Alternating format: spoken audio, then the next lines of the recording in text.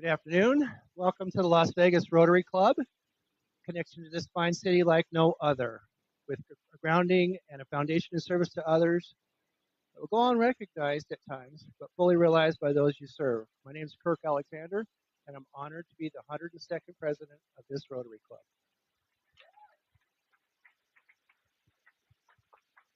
I'd like to ask Sean Sennett to join me. He's going to give us inspirational leadership thought of the day and an invocation.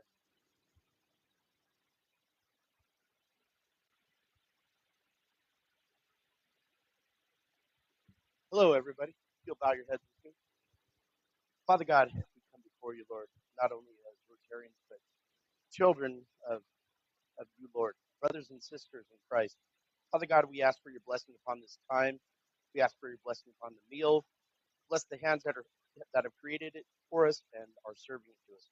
Father, we also ask as we go away from here that we would be your light shining through us, letting people see you through us, through service, through doing your deeds. Father, we thank you for this day. We thank you for this time. We thank you for our fellowship. It's in Jesus' name we pray. Amen. Thanks, Sean. So this is a little different. We always have to do something different with a song. So today, Larry Goldstein is going to lead us in song. Looks like it's a little bit of a holiday, perhaps.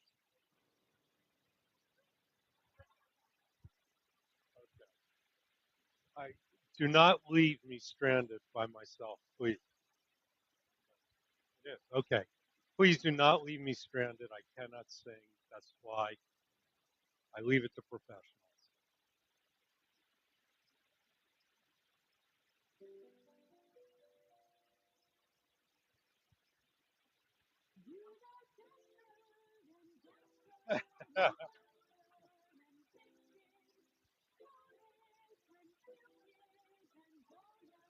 And listen, you do the most famous.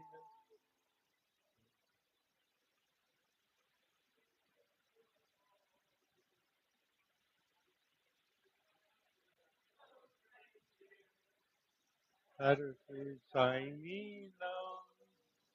And if you ever saw it, you would even say it close. All the other reindeer used to laugh and call him names. They never let poor Rudolph train in reindeer games. Run Christmas, Santa came to town. Rudolph, with your nose so bright, won't you guide our sled tonight? And all the reindeer roaming his time. Of the red-nosed reindeer, you're drowned in history.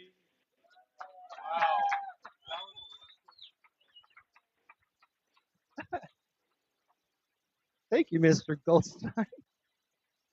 Leading us to the Pledge of Allegiance, our Sergeant at Arms today, Don Holland.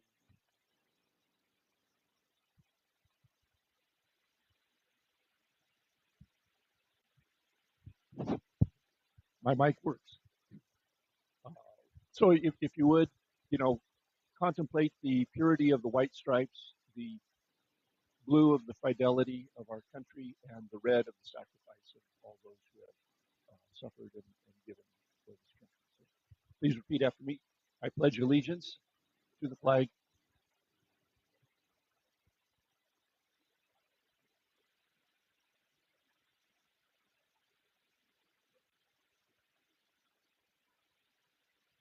All right, before you have a seat, let's recite the four-way test of the things we think, say, or do.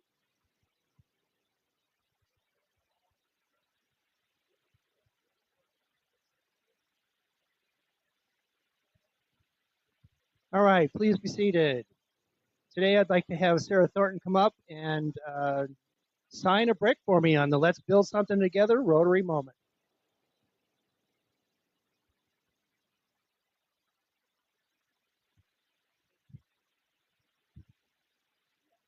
Thank you very much.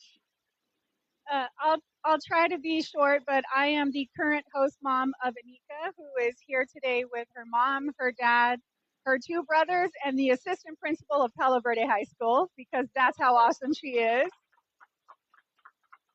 And President Kirk asked me to share a Rotary moment of my experience with Anika, but I think I would be remiss not to thank all of the Rotarians that have given her such a wonderful experience here in the United States and in Las Vegas. And this is actually my second time hosting a foreign exchange student. We hosted a young man from Sweden about 15 years ago. And when my husband would tell people that we had a Swedish exchange student, people thought it was a lot different than what it was. And Anika has been an absolute joy in our family. She is super active, super smart, super responsible, and we've just had a really great time with her. She has been jet skiing at Lake Mead with Mike Kudiamont. She's been wake surfing at Lake Mead with my family. She's been a million places with her previous host family, Debbie. She has volunteered with Greg. She has been to the Blue Man Group with Tony. She went. You went to a UNLV football game with Suzette. Thank you, Suzette. She's been surfing in Huntington Beach.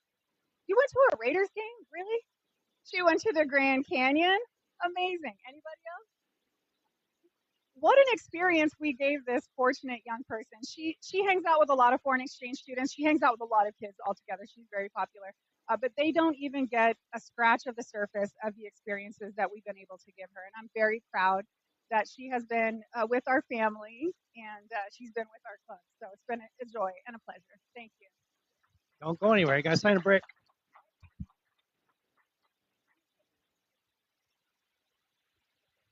Oh, you're the photographer.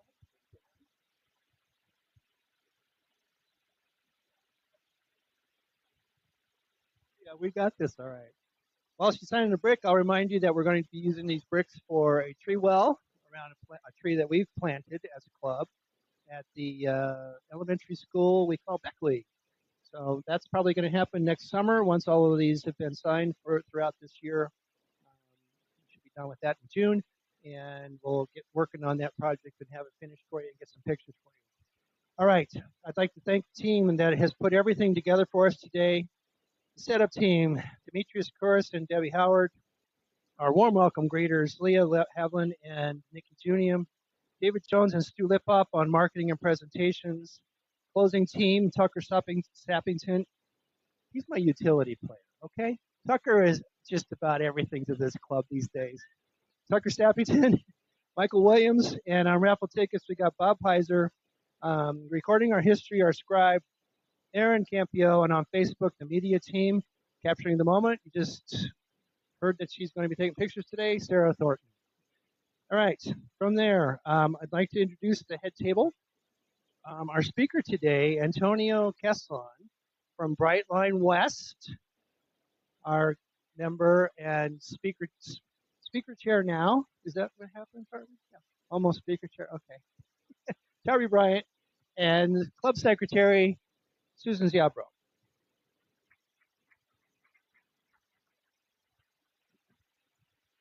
We also have somewhere. Is there a birthday table set up? Yeah, okay. I'll get to that in a second. I'd like to have any guests of Rotarians please be introduced. Don, you got one down here.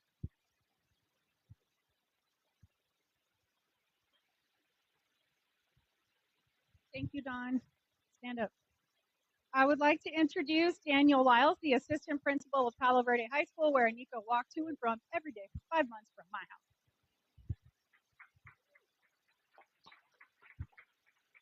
So my name's Daniel. We are proud to have Anika at our school. She is a shining star. She's the president of our Interact Club. She's led it from a membership of 4 last year to over 20 this year, which is a huge accomplishment. We have very big plans. We're partnering with the Animal Foundation, and she's even started a transition to hand it off to another president who's a senior. She's been an amazing leader for us. I want to say how happy I am to be back at this Rotary Club. I feel at home here. I was at Beckley for a while, and I would come monthly with Miss Brown, and I even spoke here once. So thank you for having me back. It's wonderful to be back here at this Rotary Club. You're welcome anytime.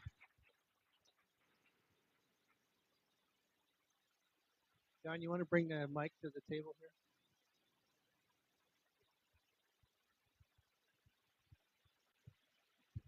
Hello, everybody.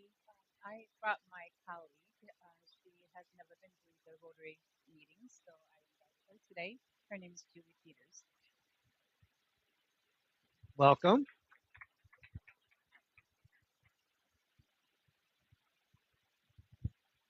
I have the pleasure of introducing Anika's family. If you guys can stand up quickly. They are here visiting from New Zealand, and we have Todd, Tanya, Ryan, and Ashton. Welcome. Any other guests or Rotarians in the room back here?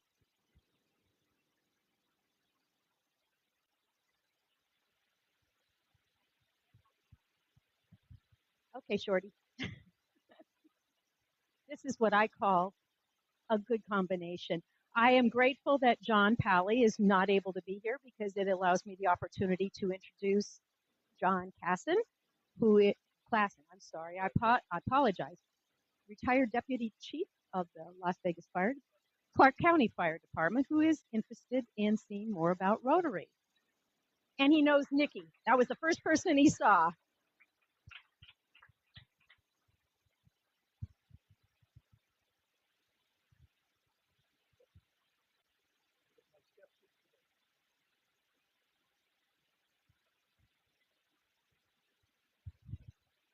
Thank you. President Kirk and my fellow Rotarians, it's my pleasure to have with me today a friend from law school, Joe O'Keefe, who is also, obviously he's an attorney, but he's also a fellow Rotary player with me at law school and is, like me, a past president of his club. Welcome.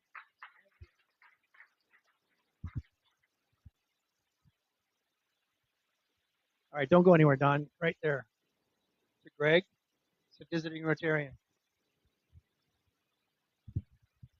Greg Townsend. I'm here from Summerlin Rotary, and I'm here to say goodbye to a good close friend.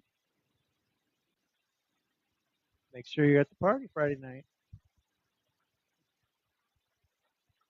When is it?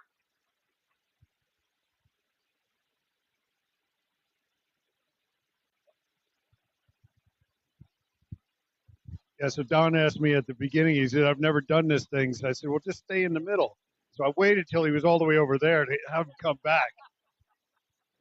I'd like to introduce Jason Engel with WestCare as the Chief Clinical Officer. He's part of our WestCare corporate membership. And he just told me that. I said, Engel, that name sounds familiar. That's Engel's Shipyard. He goes, oh, yeah, we own that. I was like, so take it away, Jason. Hi, everyone. It's a pleasure to be here. We are Rotary members as an agency. So I ran into Randy last night at the wall, Beyond the Wall, which is the Raiders, ex-Raider player. Yeah, Darren Waller had an event last night. So Randy said, hey, why don't you come tomorrow? And so I'm glad to be here. Nice to meet you all. Thank you. Welcome. Do we have any other visiting Rotarians? We have an international guest.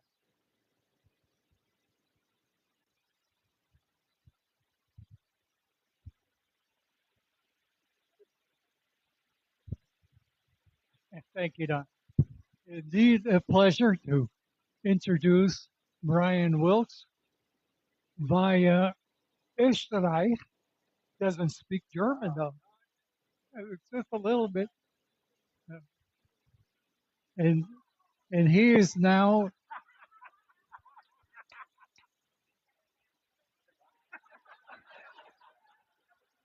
What does that mean? I don't.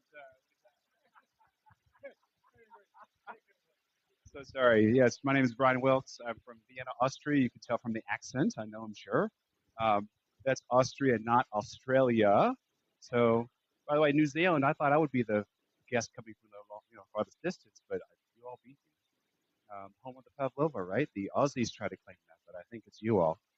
Um, I am a Rotarian, and our club is the Maria Theresa Club. It is named after a very strong woman who was the ruler of the Habsburg Empire.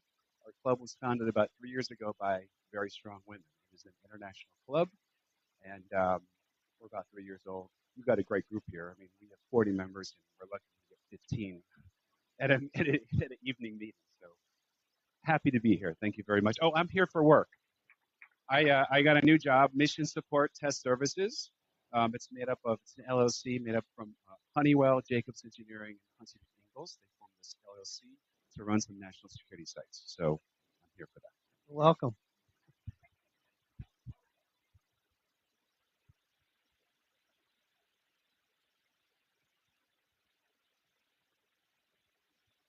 All right, Don, let's take the mic to the birthday table. Someone with the little blue and red and green and gold and all those different colors. Yeah, that's it. One with the red sign.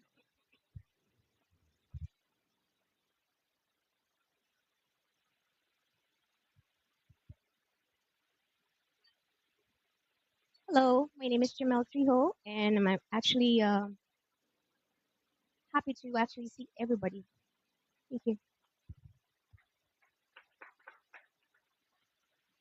Good afternoon, everybody. My name is Randy Donald, past president, years 2012, 2013, and I have been a member of this fine club for 26 years now. So starting to get the hang of it. Huh? But it's a great group. We've made so many friends throughout the years in this club, and happy to be a part of it. My name is David Jones. My birthday is Sunday. And thank you for the applause. And in honor of my fellow birthday guests, I will say, how do you do? How do you do? My name is Bill. I've been in this club for about 19 years. And as far as age, which I keep getting asked about, I'll just let you know. When I go get my annual physical now, they don't ask me my birthday. They just carbon date me.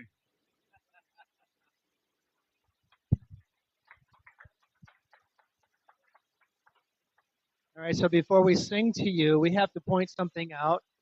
There's a gentleman that's introducing our speaker. It's also his birthday this month, but he's not sitting at the birthday table. How much should the fine be? $500, Tarby Bryant.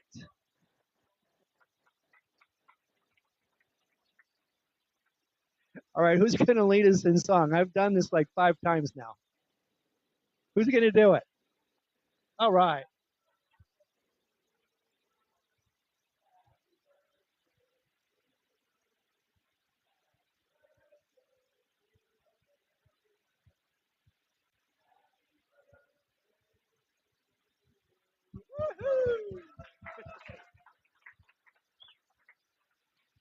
All right, Don, where are you? Back to the other side. We're going to have an introduction of our school teachers joining us today.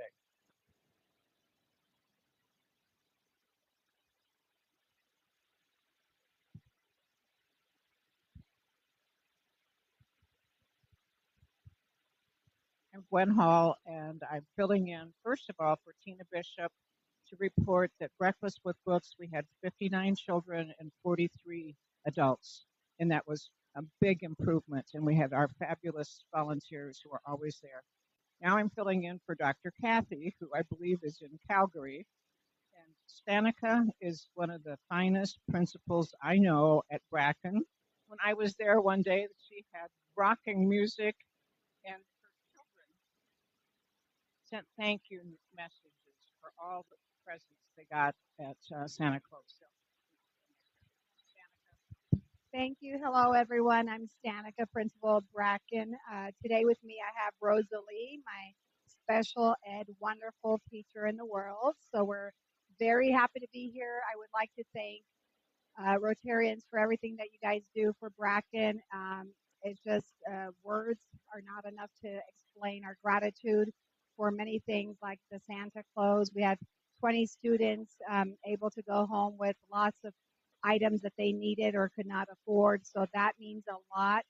I just wanted you to know that because maybe you don't realize the impact that you're making, and especially at Bracken.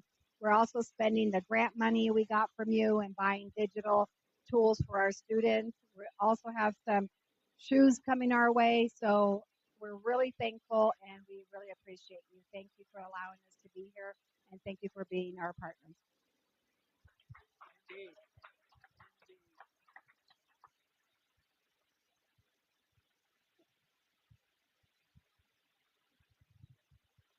I want to turn it over to, I represent Long Elementary School. Thank you. My name is Kristen Bush. I work at Long Elementary School. We today I brought a wonderful one of our reading center teachers who we have a dedicated space where they pull children who are struggling with reading, and she's one of our amazing teachers. This is Dahlia. We too have received Santa Claus shoes, and it's an amazing impact on our community. Monday, all of our students are wearing their brand new shoes for an assembly for Christmas to sing along.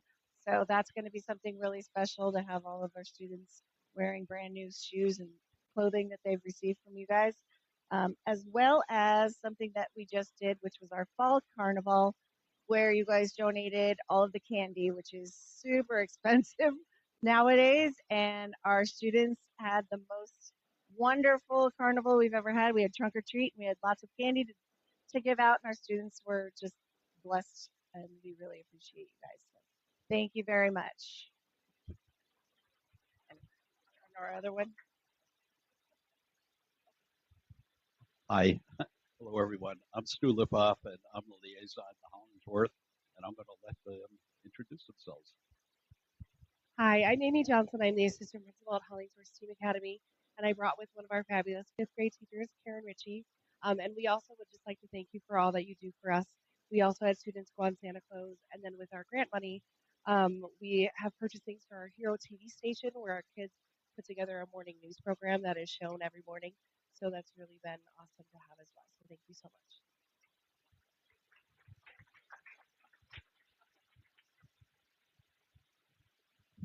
I must say that it is a pleasure to serve you, and we always have a good time. The Breakfast with Books program, the work that we do with the schools, things that we've done with them in the past and will continue to do will always stand out, and you're welcome here every month to come and tell us about it. Thank you. All right, next. We have a special today, a special treat actually, something that we don't get too often. There are people in the room that go over, above, and beyond in helping and support this program. The members that are here that have supported the youth exchange program, I would like you to stand and take an applause from our members for doing so.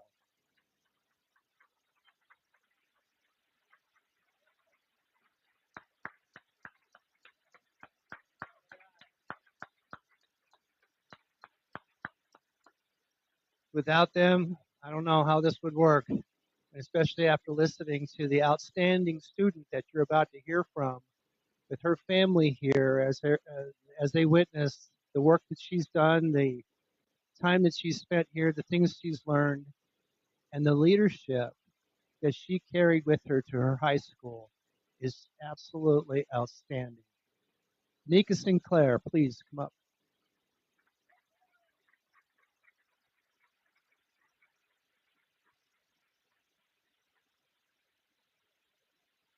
Hi everyone. If you don't know, I'm Anika Sinclair, and I'm from New Zealand.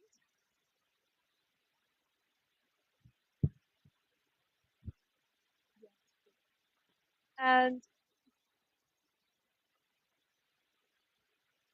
um,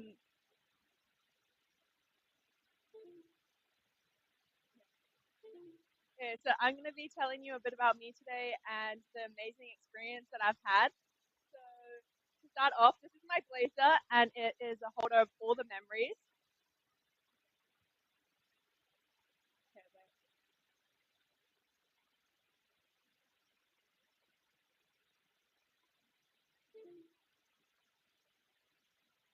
Okay, to start off with some of the things that I love, I have a love for anything to do with business. I will try and sell anyone anything. And I love traveling. That's why I'm here. Like, I have been to about 30 different countries, and I could tell you so many amazing things about all of them. And there's so many more to see. I love playing sports, and I'm super competitive. Anything really becomes a sport. And I love talking, so this has become really easy because you guys just get to listen to me talk. And I love, love, love the water. Like, if I'm not at the water, life is not complete. So, yeah. Okay, I was born in 2008, and this is a picture of me and my dad. And I was born in Sydney, Australia. Yeah, this is my family who are also here today, and they're super important to me. And yeah, I have my younger brother Ashton, who stood up before, my older brother Ryan, and my mum and my dad, and we're all super close. Um, the reason why I went on an exchange to the US instead of another country is actually because I have a visual processing disorder and I can't learn another language very easily. So I can't really read English. So I thought it was easier to stick with English and try and stick to one thing. That's why I picked to go to the US and not to learn another language. Yeah, my favorite place on earth is Queenstown in New Zealand, and it's where my family goes skiing most years. And these are some of the pictures. And I get so excited when it snows in town. Like sometimes it's like fully covered in snow when you wake up in the morning, and the mountains are so pretty with the lake, Queenstown Lake. Yeah, so that's my favorite place. I would definitely recommend going, even though it's really far from here. And then, so Sydney, Australia, where I was born and where my dad is from. It has some really nice beaches, and it's where lots of my family and friends live, and it's a very important place to me. I also lived in Singapore for 4.5 years. I moved there when I was 7, and I left when I was 12. And if you don't know where Singapore is, it's a small country at the bottom of Malaysia, and I had so many amazing experiences there. That's when I learned how to swim competitively. I met my best friend who is up the top right hand corner for you guys. And yeah, that Singapore was a super important part of my life, and that's where I have so many amazing memories. I moved to New Zealand when COVID started, just after my 12th birthday. It was kind of an unexpected change because of COVID, so we decided to move back to. Well, my mum wanted to move back to New Zealand, and that picture on the right is me in like when you have your 2 week quarantine period getting into the country, and this is like a cultural dance that we did in Singapore. Me and my younger brother here, and New Zealand is a super important part of my culture. Okay, some fun facts about New Zealand. For every person, there are 5 sheep. There are about 5.2 million people in New Zealand. 30% of the land in New Zealand is a national park. There's around 600 islands that make up New Zealand, and over 9,500 miles of coastline with 700 incredible beaches. We have the town with the longest name, and I actually can't say it, but if anyone would like to attempt reading it, go for it. Um, and we have the world's deepest street, which is in Dunedin. The city that I live in is Auckland City, and it's actually made up of 53 volcanoes. The whole country of New Zealand is because of volcanic eruptions, and that is how it became land. So it's a very mountainy place with a lot of dormant volcanoes. Um, New Zealand is also known as Aotearoa in Maori, which means land of the long white clouds. Oh, down the bottom is a kiwi bird, and they don't fly because there's basically nothing that can hurt you in New Zealand, which is very unlike Australia. And up the top we have the first flag that New Zealand had, and then the British flag, and then the New Zealand flag. So how we made up the nowadays New Zealand flag.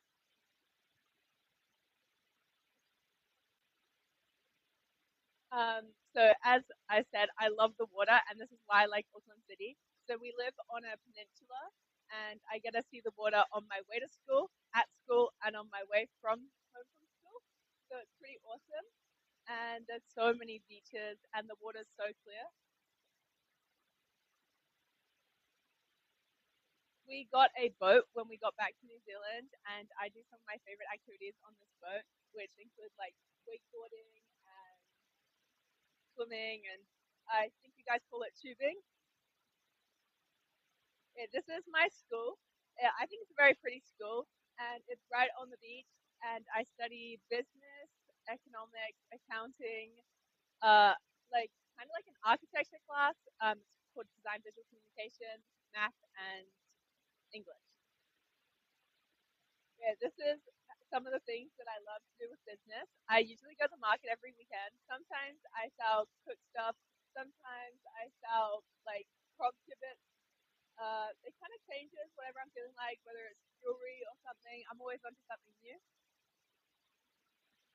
Um, so my business that I have right now, it started when we got back to New Zealand. I was like, okay, I want to do something bigger. So I got my first job when I was 12, delivering papers, and then it kind of upgraded, and I started waitressing at a cafe before I started um, cleaning dishes, kind of at another restaurant when we moved to Auckland.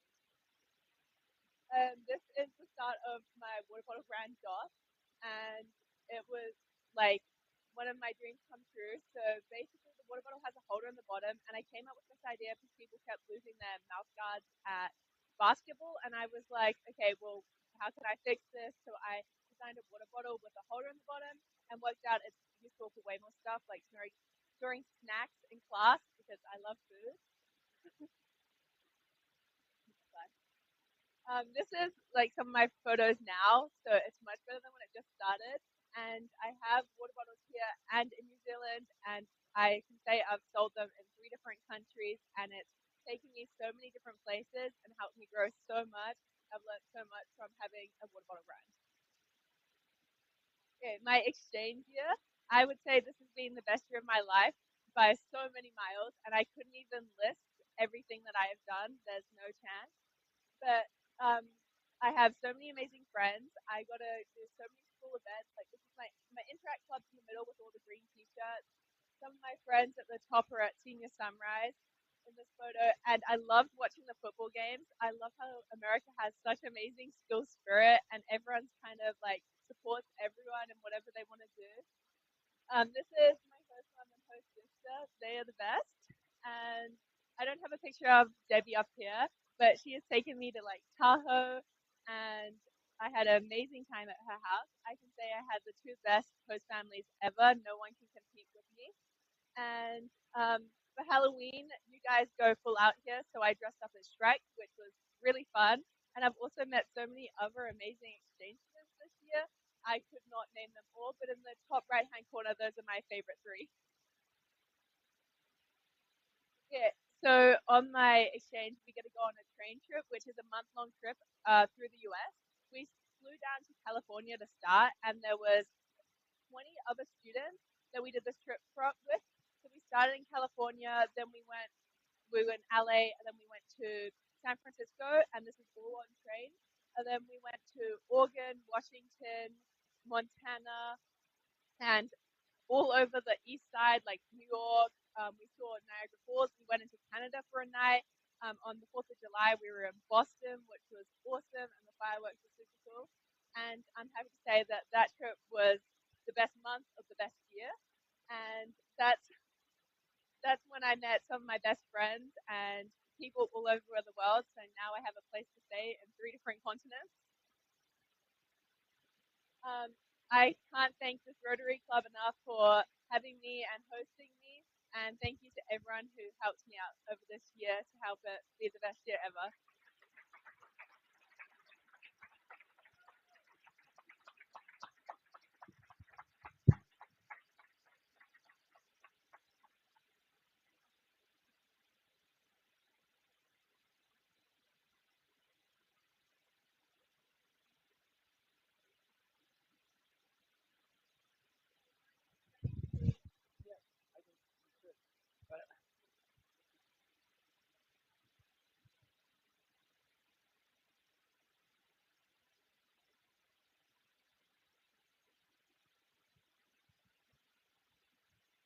Thank you. I'm actually a little bit emotional, and I'm not usually emotional. And I used to be actually really, really good at doing lots of speeches because quite a few years ago in 1987, I was doing exactly the same as Anika, but I went to Chicago as a Rotary exchange student. And I'm still emotional because that was the most, hang on, I'll just calm down a little bit. That was the most amazing year of my life. And to each and every one of you, as Rotarians, I don't know if you ever really realize the impact that you actually have on the youth exchange program. The year that it changed for me changed my life for absolutely forever. And it's going to be exactly the same for Anika and for each and every one of the kids that come through from when I was doing it in '87, all the years since, and onwards and upwards. So, even if you haven't been a big part of it, you've still been a part of her experience here. And I don't, I can't. I can't express how important it is of what Rotarians actually do around the world for actually helping bring the world together. It's really phenomenal. And I think I'd just like to say thank you to each and every one of you for just being so awesome.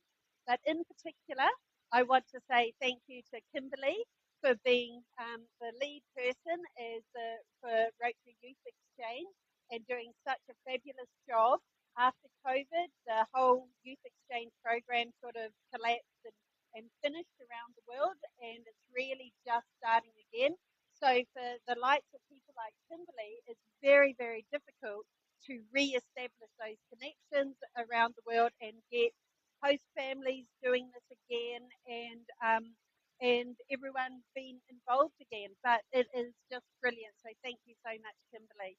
But for Debbie and Sarah, without you guys being the host family, there's not the opportunity for these students to actually come and live and experience life in America.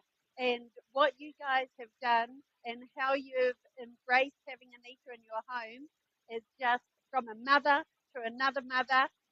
We can't thank you enough. It's just been absolutely brilliant.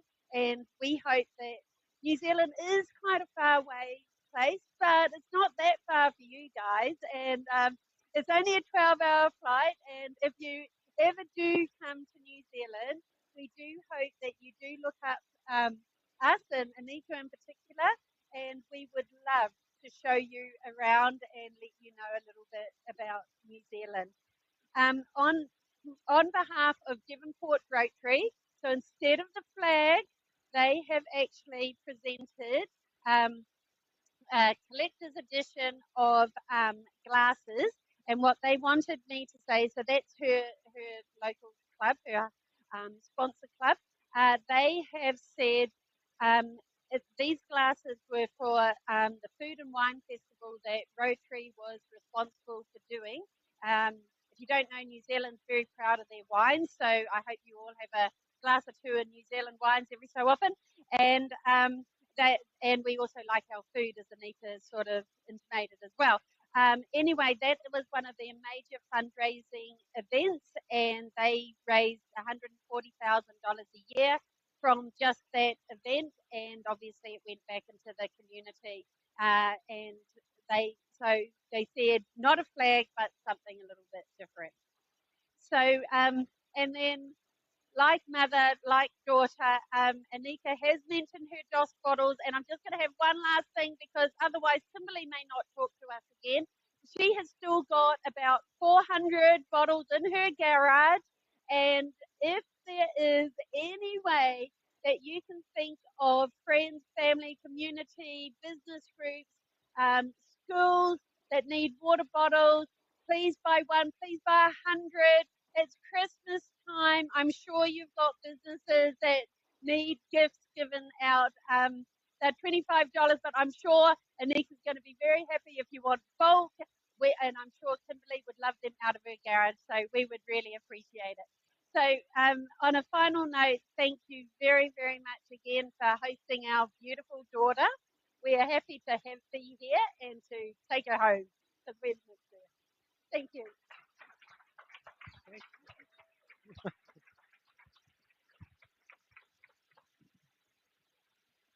So there's always a question about, is there a return on our investment? Like mother, like daughter. That was an awesome, awesome story. Um, you know, there's only a few minutes left. Are you a member of Rotary Club? Okay. Want to make sure that if we need to give you a flag. She did say 12 hours, right? But that's the next day. All right. With that, I would like you guys to pull out your raffle tickets, and then we'll bring up the speaker.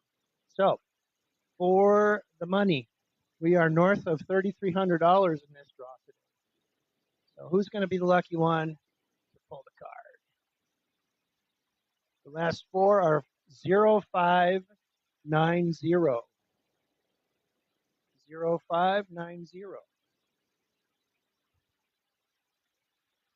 A zero on either side of 59. Here comes Bob Order. Oh. All right.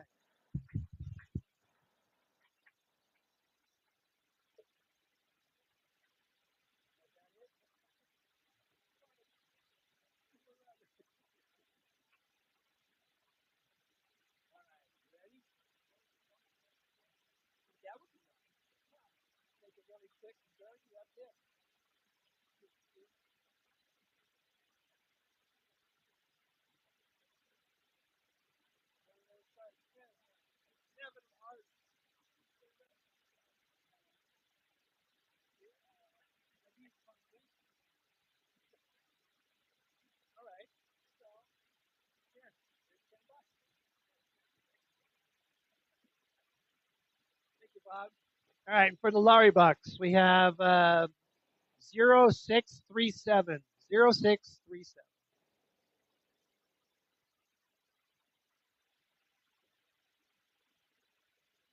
Anybody with 03?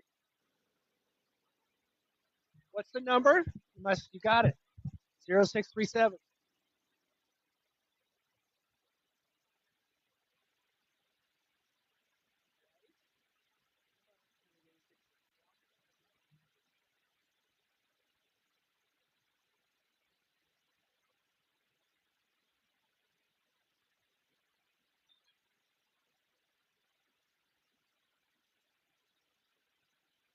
And with that, I'll bring Tarby Bryant up to introduce today's speaker.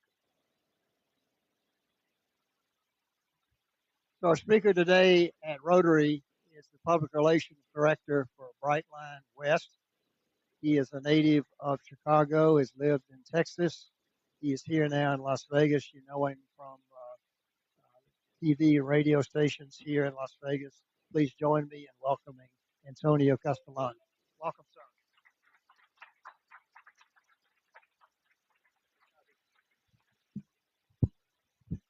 Good afternoon.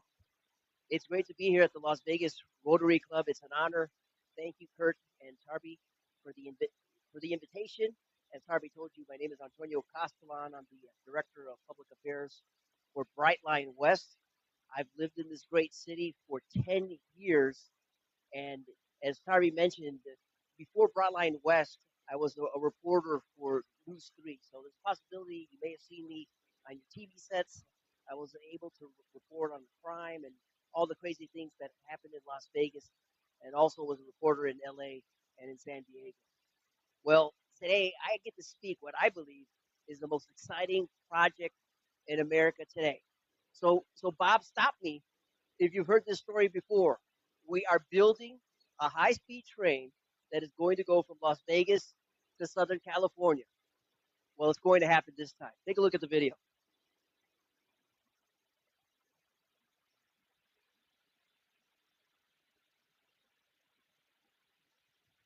Introducing Brightline West, America's first true high-speed train that's ushering in a new era of modern travel. From the lights of Las Vegas to the beaches of Southern California. Brightline West will connect two of the world's most iconic destinations in just 2 hours by soaring at 200 miles per hour.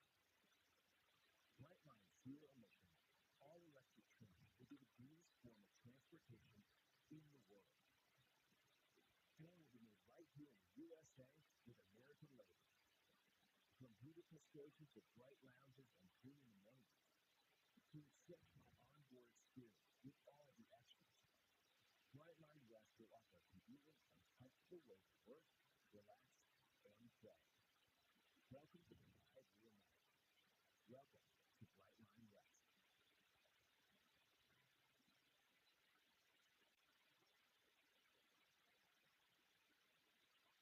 We'll have our map next to show you the route.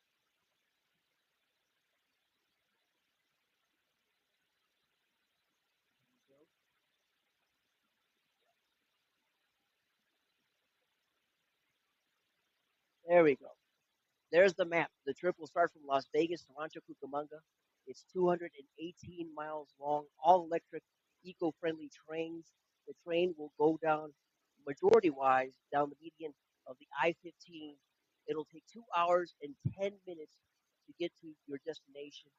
Just to give you some background, back in 2019, we took over this project from Desert Express, and we saw the value that was already in place with all the environmental approvals there from Las Vegas to Victor Valley. Well, after 3+ years of designs, we realized we needed to get closer to downtown LA, so we extended the corridor to Rancho Cucamonga, and the approvals are already in place. And this corridor fits our business model well, which is connecting city pairs that are too long to drive and too short to fly. There's some characteristics that need to line up in order to make this work. One of them is the distance has to be between 200 and 400 miles long, because if that's not the case, people are either just going to fly or they're going to drive. And this corridor has to be highly trafficked, and that's what we saw in Florida, where we have the Atlantic to the east and the Everglades to the west. Is very similar here. The I-15 is right down a desert-sensitive area with not much room for expansion. There also has to be a good mix of business and leisure travel, and our data shows that. So it's going to be profitable. And we do know that each year over 50 million trips are done from Southern California to Las Vegas. So when you make that trip from Las Vegas on a Sunday morning and you're going down to Southern California and you're stuck in traffic for 6 to 7 hours, when you see that 200 mile per hour train pass you by, we're confident that you're never going to make that drive again. And these are the trains that our passengers will be on. This is the American Pioneer 220. It will be manufactured by Siemens. It will be able to hold about 450 passengers. And on days that it's busy in Las Vegas, and we know that it's going to be busy with all the events that we have, we will be able to couple those trains and double the capacity. And these trains exceed ADA requirements. People who need to use a wheelchair, they will be able to get around our trains very easily. In Florida, one of the things that I guess surprised us early on is the bathrooms really were big on social media. So if you like nice bathrooms, we're going to have that on these trains. There's a great benefit with this rail project. We believe that this rail project is going to plant the flag for high-speed rail in the United States. We see what we did in Florida as 1.0, and Brightline West is going to be 2.0. We feel that other markets are going to replicate what we're doing. So we envision that one day in Texas, Dallas, Houston, and Austin will be connected. And one day Chicago and St. Louis will have high-speed rail, along with LA and San Diego, because of what we're doing here. And what we do is use existing infrastructure, because we believe we have the best freight lines and the best highways, and that's what we do. The economic benefits are there also. There will be a $10 billion economic impact on Southern California and Las Vegas. 35,000 jobs will be created. 10,000 of those jobs will be construction union jobs. And once this rail system is in place, it will create 1,000 permanent jobs. And the environmental benefits are here also. 400,000 tons of CO2 will be eliminated each year. There'll be 16,000 fewer short haul flights, and 3 million cars will be taken off the road. And we believe with less cars on the I-15, there will be less accidents, and our trains, they will be safe because there are no grade crossings on this route. Actually, the train is surrounded by 5-foot concrete barriers. So if a car were to try to plow onto that train, it's not going to happen because they're going to ram into a concrete barrier. And this one, oh, if you go back, well, I guess the route's not showing up for some reason, but I'll explain it as best I can. So there'll be, this is the civil works zones. There'll be one zone in Nevada and 3 others in California. The one in Nevada will start from our Las Vegas train station to the Nevada state line. And right there our area, we will be constructing the vehicle maintenance facility right there in Sloan, Nevada, which is right in front of Speed Vegas. And then there's the California North section that will run from the California state line to the fringes of Barstow, and this will be the longest civil construction at 110 miles. Then in California Middle, it'll be 39 miles long, and that'll run from Barstow to the top of the Cajon Pass. And right here, our construction crews will be constructing the most complex structure, a 3,800-foot Barstow viaduct, which will go over the Union Pacific train that you may see when you're going down the I-15 when you go down to LA. And then the last part will be California South. That will go down from the Cajon Pass to Rancho Cucamonga, and that will be going through the most densely populated area. And there will be a 5% grade there. And our engineers say that will be the steepest in the world. Right here, this is a diagram of our train tracks. 80% of the train tracks will be single track. There'll be 4 passings, which are about 7 to 9 miles long. When you're coming from Las Vegas, the first passing will come about the 50-mile mark in California. The trains will start up around 6 in the morning and they'll run till midnight.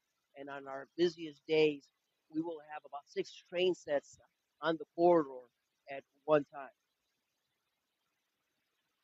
And here is our beautiful Las Vegas train station. It will sit on 110 acres right there on Las Vegas Boulevard near Warm Springs. And we're only going to use about 20% of the land because we're envisioning we're going to build like a mini city. There will be residential and business development there. And you can take a look at the map on the next slide here. It is 10 minutes away from Allegiant Stadium. Yeah, there we go. It is 10 minutes away from Allegiant Stadium and Harry Reid International Airport. The great thing is our engineers, they're always thinking, we're going to make the Las Vegas train station a mobility hub where when people get off our trains, they're going to be able to catch a ride somehow. We're working with local public transportation, transit agencies, rideshare to make sure that passengers are able to move around the city conveniently. And here are our other train stations that we're making. The one right over here, that's our Victor Valley station. That is right off of Murphy, the Dale Murphy exit, right there on the I-15. That'll be a 22,000 square foot train station. And our big station at Rancho Cucamonga, that will be 112,000 square feet. And when you get off that train station, all you need to do is take an escalator or an elevator down, and that's where you will be able to hook up with Metrolink. We are working with Metrolink and to get you to downtown LA. That's the way you're going to get to LA. And 2024 was a year of many milestones. In April, we broke ground at our Las Vegas train station site. In May, we announced that Siemens will be manufacturing these trains. And not too long ago, in September, Siemens announced that they will be manufacturing these trains in Horsehead, New York. We were able to get our $3 billion grant signed, and 95% of the pre-construction work has already been finished in Nevada. So we're really close to getting this started. In 2025, it will be the year where engineering design transforms into steel and concrete, and we're going to see the construction on the I-15 happen. So we're really excited about it. And that is the presentation. I'm very appreciative for the opportunity to speak about this wonderful rail project that is going to transform the way we travel to Southern California and to Las Vegas. If anyone has any questions, I'll try to answer it. Oh, we have some questions. Okay, let me start. Let me start right over there, sir. Go- Sure. Oh, cut me some slack. Hi, thank you for your presentation. It was good. I'm just wondering, I was just thinking, is this going to be similar to the airlines with check-in, and do you check in and go through scanners and that kind of stuff for safety? That's a good question because it's not going to be as invasive as the TSA. This is convenient in the sense that you can make it to the train station, maybe 10 minutes in advance. We actually do have security. Not many train rail systems have security around the world, but with this security, you're just going to have to pass your bag through a metal detector. I took the train in Florida.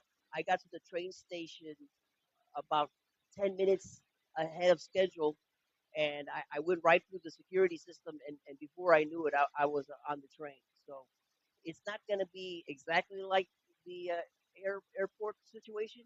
It'll be a lot more easier and convenient. You won't have to be going 2 hours before, 3 hours before, worrying whether you're going to make it or not. You're going to make it as long as you make it before the train leaves. You kind of answered part of my question during your presentation as far as I can completely understand why folks maybe in California would drive to the station and their destination is Las Vegas. But for us going in the other direction, what's the timing of that metro component? Because if I want to go to Huntington Beach or San Diego, or I want to be able to, I don't want to end up in Rancho Cucamonga and have to rent a car or something like that. So what's the time frame of those components? And if you could talk a little bit about the cost compared to flying.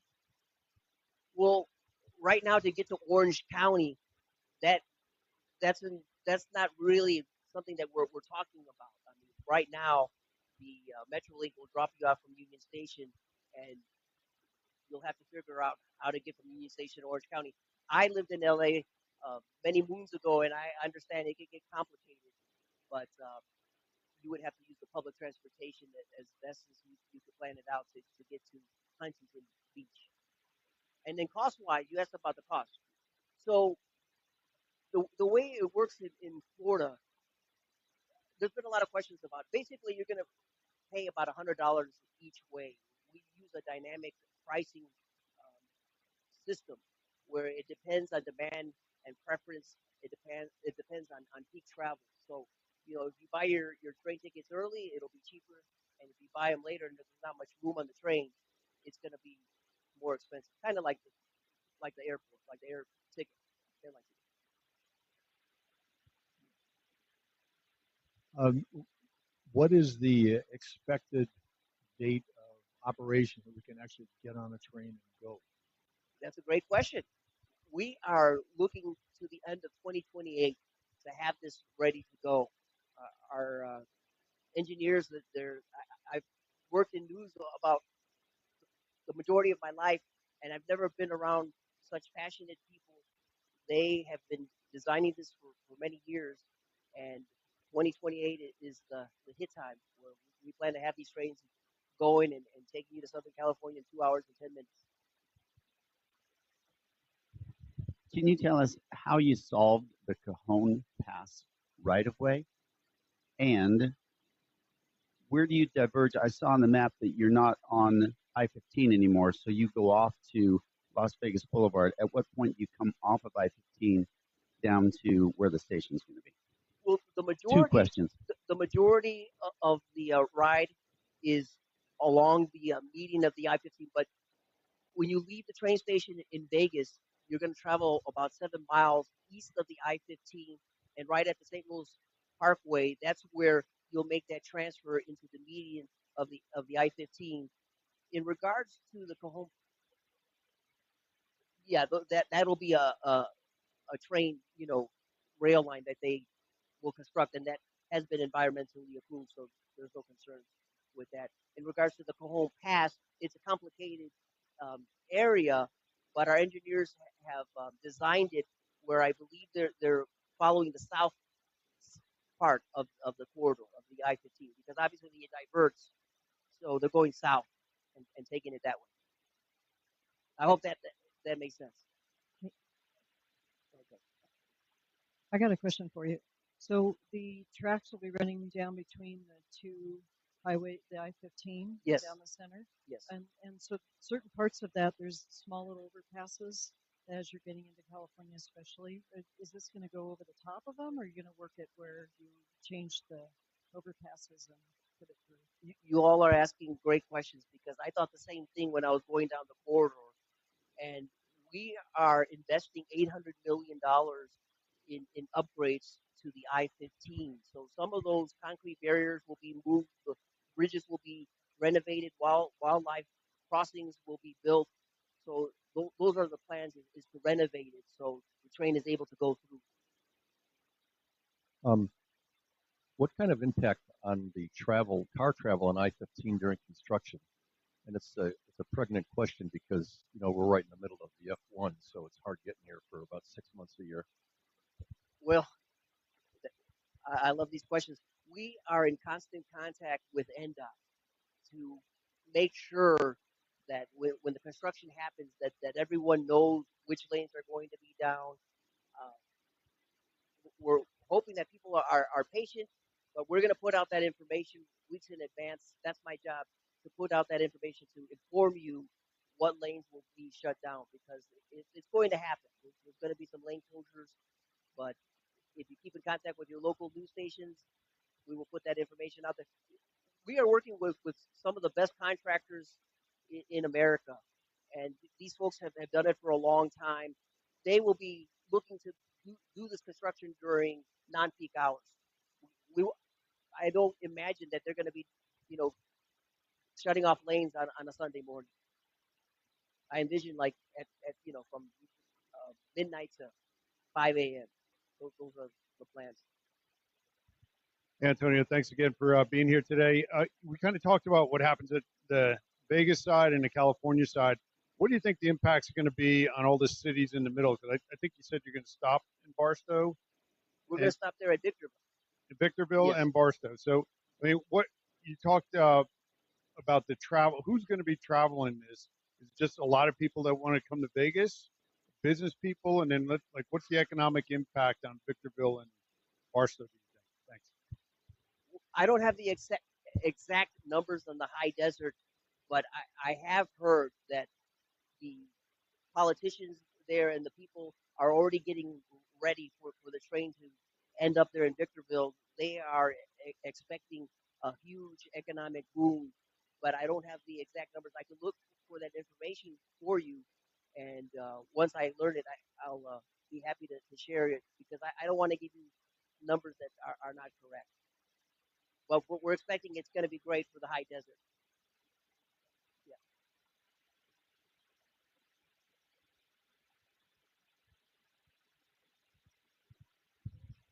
Thanks for presenting to us today. Could you tell us how much of this is being funded by public money versus private funding, and what the overall bill for this is going to be? Usually, these high-speed train things they're like triple over budget and that sort of thing. So back in 2023, we were able to get a $3 billion grant through NDOT, and we have 3.5 billion in private activity bonds. That's part of the funding. The rest of it will be through debt and equity. We're working with the most respected and largest banks in the world and in the United States, and those are the ways that we're going to finance this. So I hope that helps. Thank you for presenting. That was great information. You said it will be completed in 2028. The Yes. Olympic is in LA 2028. So are you targeting to finish it before that so that we get a lot of travelers coming? We were trying, but with the grant, it took more time to sign it, and it delayed things. So the train will not be running during the Olympics. It'll be later. We wish we wish we could have gotten it signed quicker. Antonio, thank you for coming here. It occurs to me that it's very convenient for people coming from Southern California who want to visit Vegas to pull into one of your stations with their car, come to Vegas where they don't need a car. But it seems much less convenient to go from Vegas to Southern California, where once you get to that end, you can't do anything really without a car. So, two questions really. Do you really expect a lot of people coming from Vegas as opposed to returning home to actually be using this? And have you considered providing some sort of facilities like Zipcar or rental cars or something at the other end so that when we're traveling to Southern California, we have some way of being able to go somewhere other than MetroLink? Well, the best I can say is we're working with local transportation there in Southern California and transit agencies. I am not a part of those conversations, but there's possibility that there'll be rental cars. I know that for sure. Rideshare, there's going to be huge drop off and pickup sites at our train stations. It's just a matter of navigating with the transit agencies to get to the spot you want to in Southern California. Some good exercise. Thank you again for all this. Real quick question though. Is this one of those things that if you have one passenger on it, the train runs, or do you have to have a certain amount of passengers for the train to run? No, it doesn't. Doesn't matter. It Just doesn't go. matter. Like Yeah, one ticket sold, you can go. Right. All right. Yeah. Good question. If there's nobody in there, it'll still go. Hi. That was very informative. I think one of the hot topics when it comes to the high-speed train in Vegas right now, I think a lot of people are talking about how, and I don't know if this is set in stone in terms of pricing, but a lot of people are basically comparing how much it would cost, and I think you briefly touched on it, but how in your marketing are you basically telling people that this is a better choice over flying because like I said, a lot of people are, and I don't know if this was published anywhere, but people are talking about certain a specific number dollars, how much this is going to be costing, and they said what they're saying why how that might make sense over flying. So what in the marketing is there to kind of combat that pricing concern? It'll be the convenience of riding on the train. Not having to worry about the TSA, not worrying about having to miss your flight. The amenities are going to be great. There's going to be leather seats that you'll be able to sit on. There'll be great Wi-Fi, free for everyone to use. You'll be able to do work on the train. It's all about the convenience of enjoying the train over the stress of flying on an airplane. Because I mean, I know when I fly, I feel like I have to get to the airport 3 hours in advance, and with the train, you're not going to have to do that. You could, get there 5 minutes before the train leaves, and you'll be fine. So my question is if I want to hop on a train and bring my pup to the beach, are you allowing animals on the train? Definitely, it's a dog friendly train. Um, I have a French bulldog. I asked about that if I could bring my French bulldog on board, and they said that he's good to go. He's ready.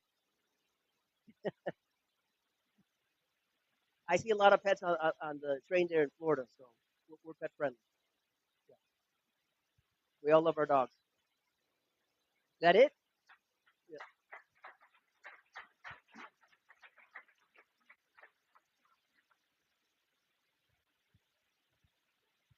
Very good. Thank you.